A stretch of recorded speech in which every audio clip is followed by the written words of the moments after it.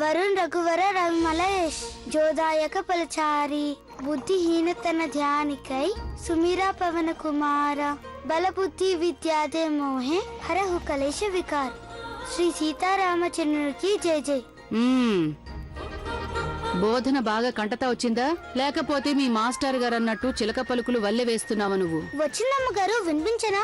వినిపించు. శ్రీ గురు చరణ సరోజరా నిజమన ముకుర సుధారి వర్ణ రఘువర రమిమలయేష్ జోదాయక పల్చారి బుద్ధిహీనతన ధ్యానికై సుమిరో పవన కుమార బలబుద్ధి విద్యాదే మోహే హరో కలేశ వికార్.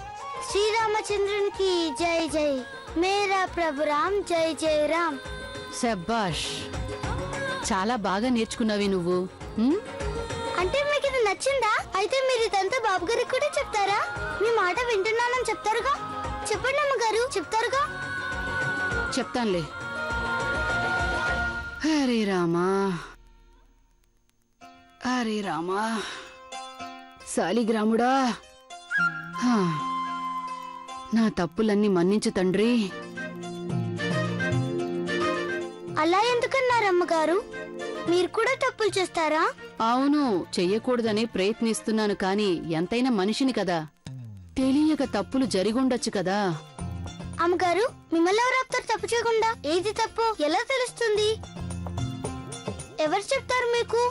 నన్నెవరైనా ఆపుతారా? నన్నెవరూ ఆపలేరు తెలుసా. పోనీలేండి, మీరు బాధపడకండి, నేనున్నాగా. మీరు ఎప్పుడైనా తప్పు చేయబోతే నేను మిమ్మల్ని ఆపుతాను. అలాగా?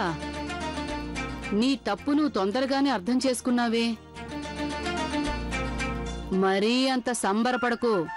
ఈ అమ్మగారి మీద పెత్తనం చెలాయించే హక్కు ఏ ఒక్కరికీ లేదు, తెలిసిందా? ఇప్పుడు నేను చెప్పింది కొంగును ముడివేసుకో. ముడివేసుకోవాలంటే ఎలా? ఓరి భగవంతుడా, చేయని మూర్ఖుల మనసు రంజింపలేము. ముడి వేసుకోమంటే అర్థం ఏంటంటే నేను చెప్పబోయేది బాగా అర్థం చేసుకోమని. ఇలా రా, కూర్చో. ఇక్కడ కూర్చో. ఇదిగో గంగా, కేవలం నా ఆజ్ఞని పాటించినంత మాత్రాన సరిపోదు. అంటే శాస్త్రాలలో రాసి పెట్టారు, వితంతు తన జీవితాన్ని ఎలా గడిపారో చెప్పారు. అవన్నీ నువ్వు పాటించవలసి ఉంటుంది.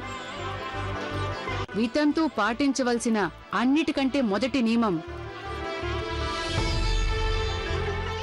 రంగుల్ని విసర్జించటం. వితంతు అంటే కేవలం తెల్లబట్టలే కట్టుకోవాలి. ఇక రెండో నియమం, అలంకారాలు సింగారాలు పూర్తిగా మానుకోవాలి. మూడో నియమం, యావత్ జీవితం దేవుని ధ్యానిస్తూ దైవ కార్యాలలో గడపాలి. నాలుగో నియమం, ఇది నేను నీకు 1,00,000 సార్లు చెప్పుంటాను. ఏమిటో తెలుసా? సాయంత్రం అయిన తరువాత వితంతువు ఒక్క మెతుకు కూడా నోట్లో పెట్టుకోకూడదు. ఐదో నియమం,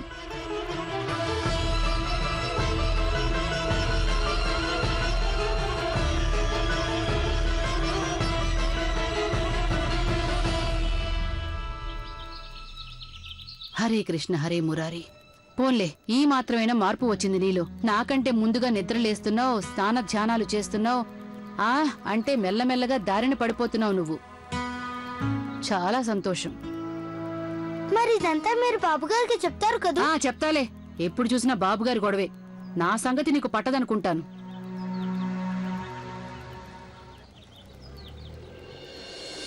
వేడి వేడి జిలేబీ, వేడి వేడి జిలేబీ, తాజా తాజా జిలేబీ. రండి బాబు రండి, రుచి చూడండి. వేడి వేడి జిలేబీ.